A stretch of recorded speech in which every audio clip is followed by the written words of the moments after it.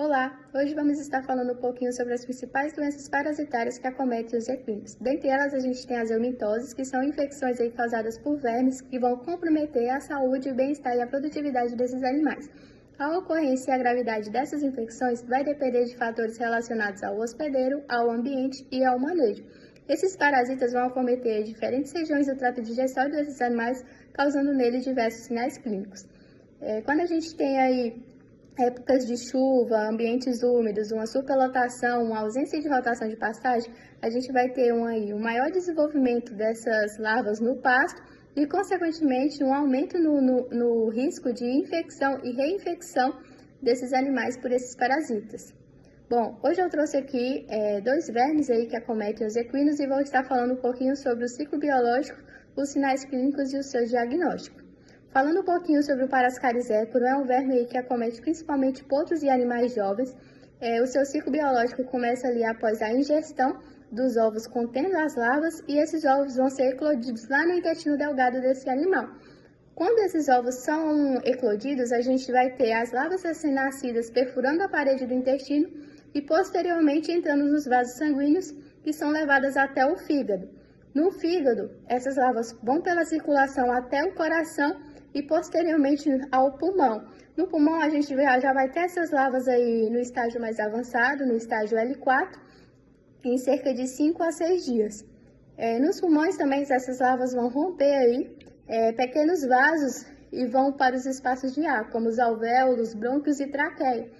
E em decorrente disso, o animal vai apresentar tosse aí e essas larvas vão ser expelidas pela boca do animal e posteriormente ingeridas por ele novamente.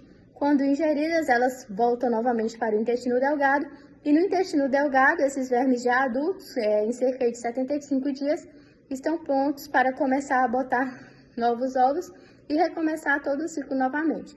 Durante essa fase aí em que essas larvas estão no hospedeiro, a gente vai ter aí problemas respiratórios nesse animal, como tosse e dispneia, falta de apetite, fraqueza, um crescimento retardado desse animal, um crescimento lento, uma diminuição no crescimento, uma enterite, o animal vai apresentar aí cólicas, diarreia, perda de peso, vai estar com aspecto debilitado, vai estar aí com o abdômen distendido e em casos mais sérios a gente vai ter uma obstrução intestinal e uma peritonite, ou seja, uma inflamação da membrana aí que reveste o abdômen. O diagnóstico da Parascaris equino é feito principalmente aí pela técnica de flotação fecal para a detecção de ovos nas fezes, utilizando aí métodos quantitativos como o de McMaster, que vai permitir aí avaliar a carga parasitária. No entanto, com a migração dessas larvas aí durante esse período, a gente vai ter aí potros sintomáticos com exames negativos durante as fases iniciais da infecção. Além disso, a gente pode também fazer radiografias e exames clínicos complementares para suspeitas de obstrução intestinal. Falando um pouquinho agora sobre o Strongyloides vulgaris, ele é um parasita considerado mais perigoso, visto que ele tem afinidade por artérias do intestino. Falando um pouquinho do seu ciclo biológico, a gente vai ter aí a ingestão dessas larvas infecciosas já no estado L3 aí, onde elas vão penetrar aí o intestino em cerca de 5 dias e já vão se transformar em larvas L4. Quando elas estão em larvas L4, elas continuam migrando até chegarem à artéria principal aí, que são aquelas que têm mais afinidade, que é a artéria mesentérica cranial. Essa artéria aí é responsável por irrigar todo o intestino. E é nesse local aí que ela se desenvolve para o estágio adulto imaturo, para a L5. Após o desenvolvimento delas na artéria, a gente vai ter o retorno delas para o intestino, onde já vão estar, então, em vermes adultos. Durante esse período de migração, a gente vai ter aí uma inflamação na artéria, ou seja, uma inflamação bem grave na parede dos vasos sanguíneos, formação de coágulo, ou seja, o animal pode vir a ter trombose, porque a gente vai ter um bloqueio do fluxo sanguíneo. Em casos graves, esses animais podem apresentar até aneurisma, porque a gente vai ter aí dilatações anormais nessas traqueias que podem até romper. Além de ter aí vários danos significativos aí nas estruturas dos vasos, né? Devido ao longo período de migração dessas larvas, que dura em torno de 6 a 7 meses, a gente vai ter aí um cavalo sofrendo danos internos significativos, sem demonstrar esses sinais clínicos por um tempo, né, no caso. Os sintomas, então, só vai aparecer quando a gente tiver muitos danos causados aí por essas larvas no organismo do animal. Em decorrente disso, a gente vai ter um animal aí com emagrecimento progressivo, vai perder peso mesmo comendo, e a gente vai ter aí um animal com uma pelagem sem brilho, uma pelagem seca, uma pelagem áspera, devido a uma má nutrição e a saúde geral comprometida. A gente vai ter um cavalo também com desempenho reduzido, né? Cavalos atletas ou de trabalho vai apresentar uma diminuição de desempenho, um cansaço mais fácil. Vamos ter também cólicas recorrentes aí devido à interrupção do fluxo sanguíneo para o intestino, devido aos danos aí nas artérias. A gente vai ter aí cólicas de leve a grave, bastante recorrentes. Esse cavalo vai apresentar também dor abdominal, ele vai ficar inquieto, vai patear o chão, vai olhar para o flanco ali, se deitar e levantar frequentemente. E o diagnóstico desse verme é realizado, então, um exame coprológico, embora seja difícil identificar os ovos desse verme devido à semelhança entre os ovos dos estrôngilos, e a gente tem eles têm bastante usado aí, então, o PCR para a identificação específica desse verme em amostras fecais, pois ele tem alta sensibilidade. Também pode-se usar a ultrassonografia usando Doppler para avaliar aí alterações vasculares na artéria mesentérica central, artéria mesentérica cranial, perdão, em caso suspeito. Além disso, em necrópsias também, a gente vai ter aí a visão aí das lesões arteriais típicas dessa parasitose. Bom, falando agora um pouquinho, então, como controlar essas eumintoses, deve ser baseado, então, em um conjunto de práticas integradas que vão além da administração de antieumínticos. A gente pode fazer, então, um manejo de pastagem, com rotação de piquet, de retirada de fezes, alternâncias entre as espécies aí para interromper ciclos parasitários, visto que a gente pode ter aí o cavalo convivendo junto com ruminantes, fazer uma quarentena e uma desparasitação de animais recém-nascidos para evitar, então, a entrada de cepas contaminantes nesse ambiente, fazer uma boa nutrição desses animais, visto que um animal com imunidade baixa fica mais favorável para a entrada desses vermes no organismo, reduzindo, então, a susceptibilidade desses animais, e fazer um monitoramento da eficácia antieumíntico, fazer uma detecção precoce aí da resistência desses animais pelos antieumínticos através de testes de redução de contagem de ovos. Em suma, então, é de extrema importância a gente ter o controle aí, das pastagens e do ambiente, visto que essas larvas são encontradas aí no solo e, posteriormente, o animal ingere elas e, consequentemente, são acometidos e podem vir a óbito devido aos danos recorrentes desses vermes. Tudo bem? Oi, meu nome é Fernanda e hoje eu vou falar um pouco sobre verminoses pulmonares e hepáticas, que é uma doença que ela comete os órgãos vitais e ela pode comprometer seriamente a saúde e o desempenho dos animais. A verminose pulmonar em equinos ela é causada por um verme chamado Dictyocaulus anfield, e esse parasita ele se instala nos brônquios e causa também a inflamação e dificultando a respiração também do animal. O mais interessante e perigoso também essa doença é nos animais como os burros e os jumentos, que eles costumam carregar, né, esses parasitas sem apresentar sinais clínicos, e isso é um perigo para proliferar esse verme, esse parasita, né, entre os animais. Ou seja, né, eles vão eliminar as larvas pelas fezes e vão contaminar o ambiente sem ninguém perceber. Então, nessa parte aqui, a gente pode entender que o manejo também correto das baias e tudo mais, ele deve ser constante para evitar essa doença. Que quando o cavalo ele vai ingerir essa larva ao se alimentar, o parasita ele vai migrar até os pulmões e os brônquios e vai começar a causar uns sintomas como a tosse persistente, dificuldade para respirar e até mesmo a queda do desempenho do próprio animal, que isso vai preocupar muito para animais de trabalho, animais de esporte também. O diagnóstico dessa doença é feito por um exame, né, nas fezes, que vai detectar o parasita, e eles usam a técnica de Barman, que ela serve para isolar e identificar as larvas.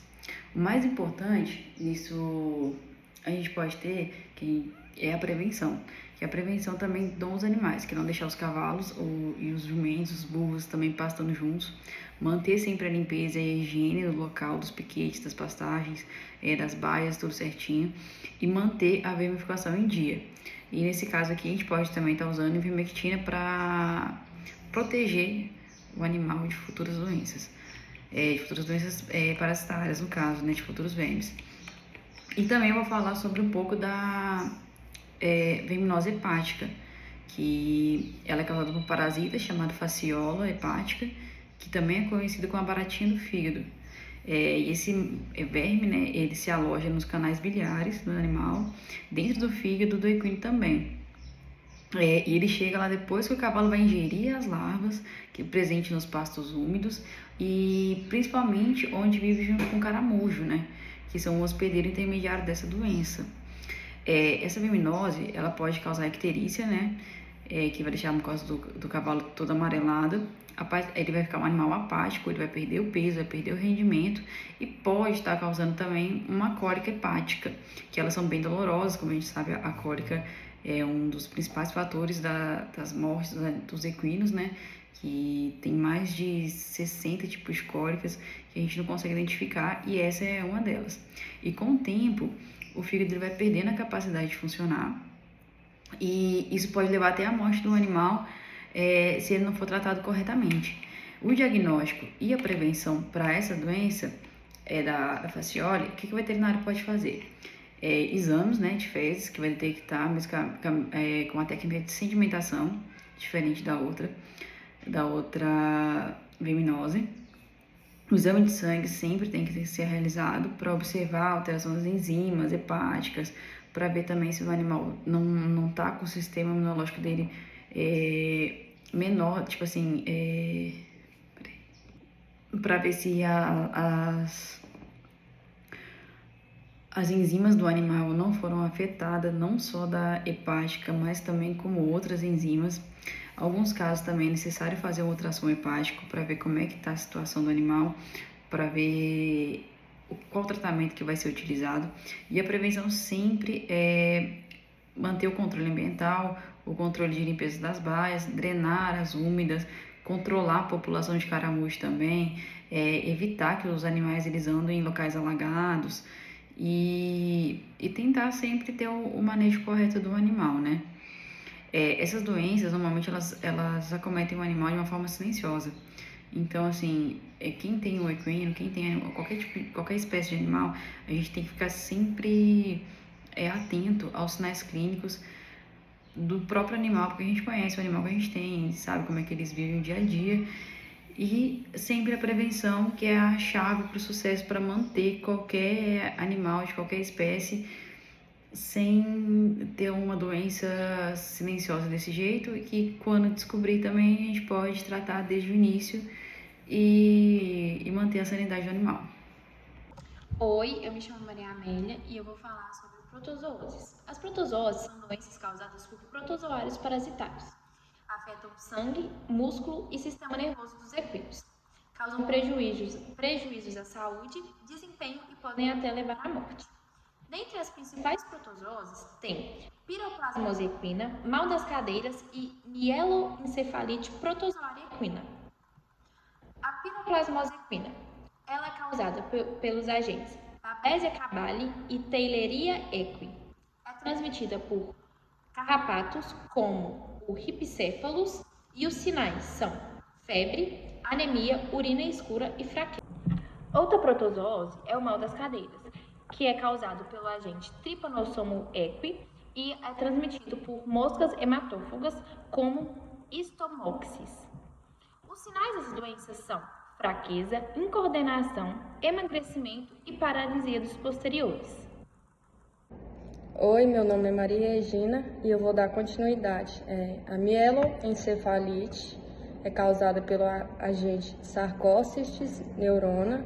A transmissão é por ingestão de alimento ou água com fezes de gambá.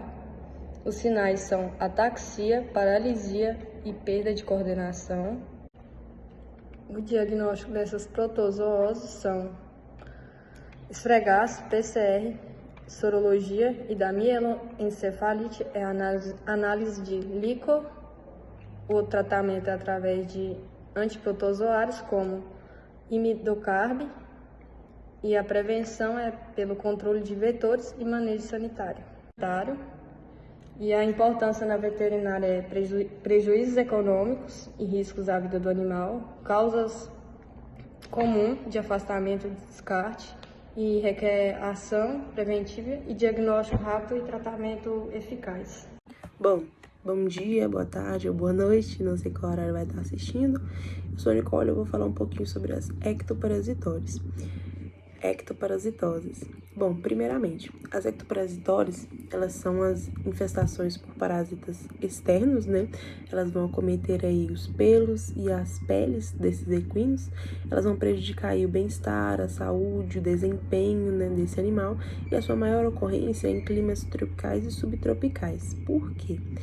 Os carrapatos, né, os parasitas e os ácaros, eles têm predileção, eles preferem esses tipos de clima, tropical e subtropical.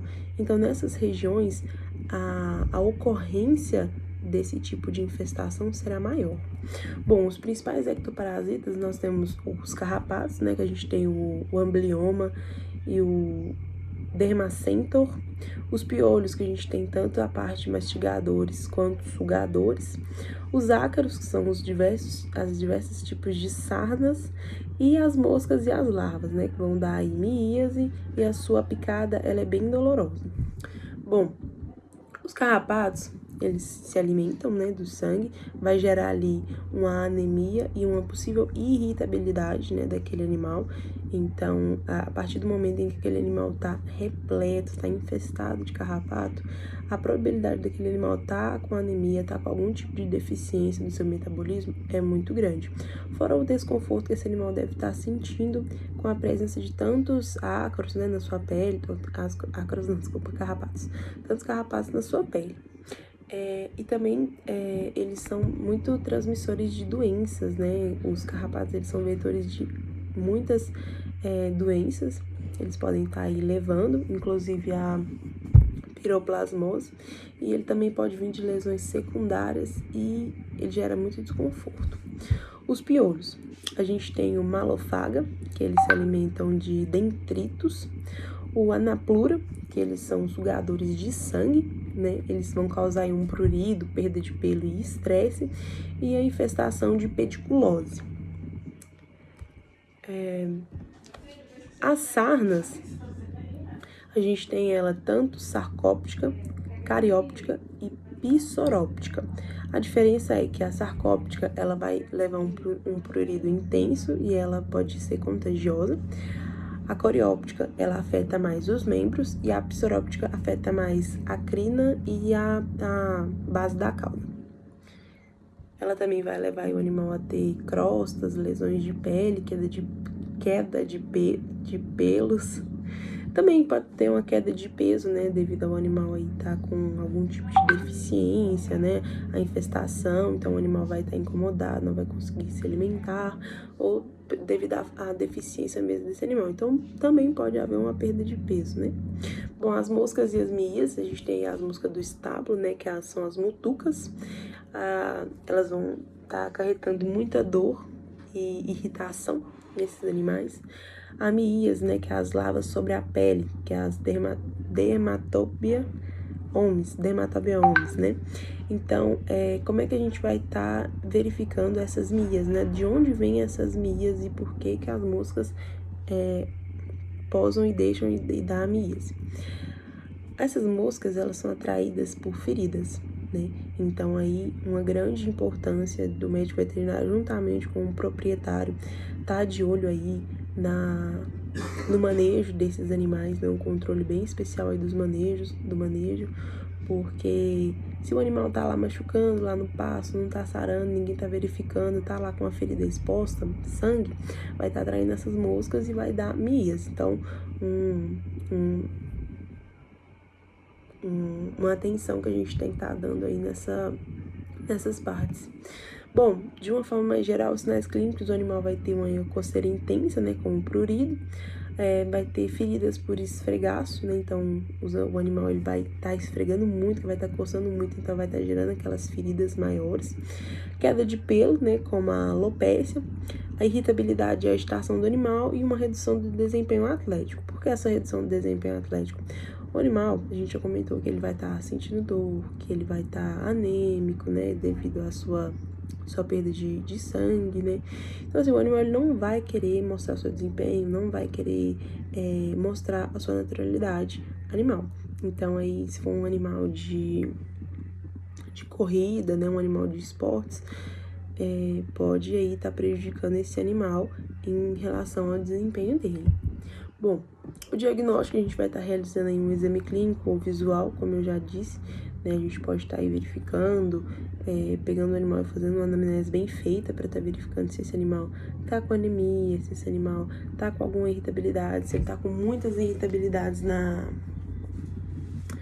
no seu pelo, né, pra gente já ter aí uma desconfiança de que pode ser uma infestação de ectoparasitas, um raspado de pele pra gente estar descartando ou confirmando a sarna, uma avaliação laboratorial em alguns casos, tá? Em alguns casos a gente vai fazer essa análise laboratorial, um histórico do manejo e do ambiente. Como eu disse, né, o histórico desse manejo e ambiente é muito importante, né, uma rotação dos animais também sobre os pastos é muito interessante também. O tratamento, a gente vai estar realizando aí um ectoparasiticidas, né, tópicos como os banhos ou puron mesmo, os antiparasitários sistêmicos como a ivermectina e a amoxicilina, os cuidados com as feridas secundárias, pra gente estar evitando aí, no caso, a mosca, né, a mutuca e a miíase, e os antibióticos se houver algum tipo de infecção. Bom, prevenção e controle. A prevenção é muito melhor que o tratamento, né? Como a gente já tem aí esse conhecimento. Então, como que a gente vai prevenir essa infestação? A gente vai estar aí realizando uma higienização ambiental de onde esse animal fica, né? Um controle de moscas na propriedade, uma rotação das pastagens, uma escovação frequente, né, nesses animais, caso tenham carrapatos, a gente vai estar aí fazendo escovação. Pode ser que a gente pode estar retirando vários desses carrapatos, o uso estratégico de antiparasitários para estar evitando aí o animal a ter uma resistência, né? E uma quarentena para os animais novos.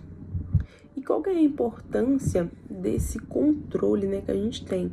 Vai aí estar reduzindo o sofrimento e a melhora, né, do bem-estar do animal, vai evitar perdas econômicas, né, esse animal, não sei o grau da infestação ou se foi algum tipo de doença, né, que foi acarretada, que foi trazida de um ectoparasita, um animal secundário para outro, e pode estar ocasionando a morte do animal, então é muito importante. Garantir um desempenho melhor, né, garantir um desempenho melhor esportivo em um valor comercial. Um animal anêmico, um animal muito apático, ele geralmente não tem muito valor de mercado. Então, aí a gente também tem que estar cuidando para isso. E também prevenir as doenças, né? Inclusive as zoonoses, que é o que a gente tem aí uma atenção especial. Então, como conclusão, né, desse trabalho, a gente pode dizer que o ectoparasita, eles são muito comuns.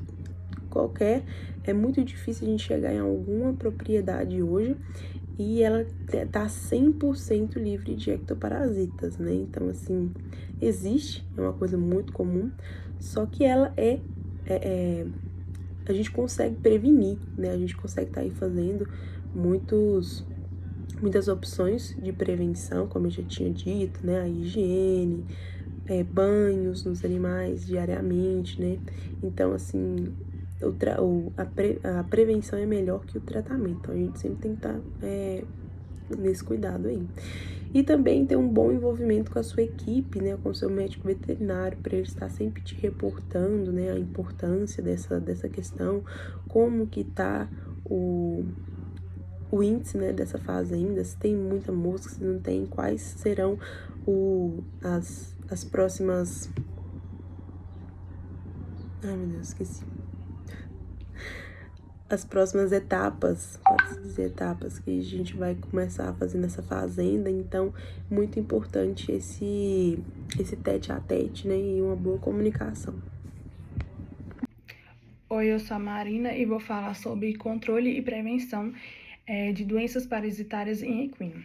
Começando a falar sobre o controle. Para ter o controle adequado, tem que ter um manejo bem adequado, começando com vermifugação em dia, de forma planejada, com base de exames, evitar vermifugar em excesso, pois os parasitas eles podem ficar resistentes, controle, como banho com produtos específicos, controle ambiental, como limpeza de baias e desinfectar também, o controle biológico, por exemplo, usar armadilhas para a mosca, para que não infecta o ambiente ali.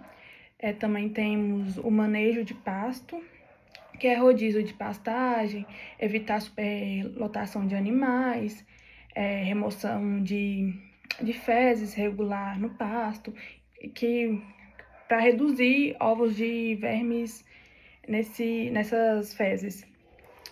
Alimentação e saúde também é bem importante, nutrição adequada, né, para fortalecer o sistema imunológico, suplementação com vitaminas e minerais e vacinar regularmente.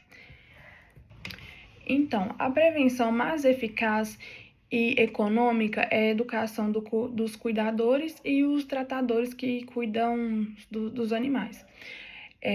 Por exemplo, ficar atento ao calendário, que é um plano organizado e cronológico, que é definir quando aplicar vermífugo e controlar os parasitas externos. E um resumo que a prevenção é limpeza de pastos, exame de fezes, tem que ficar bem atento para ver se não tem vermes no animal, vermifugação correta, banhos, troca de pasto. E avaliação veterinária também é muito importante para ficar atento com os animais. E é isso, obrigada.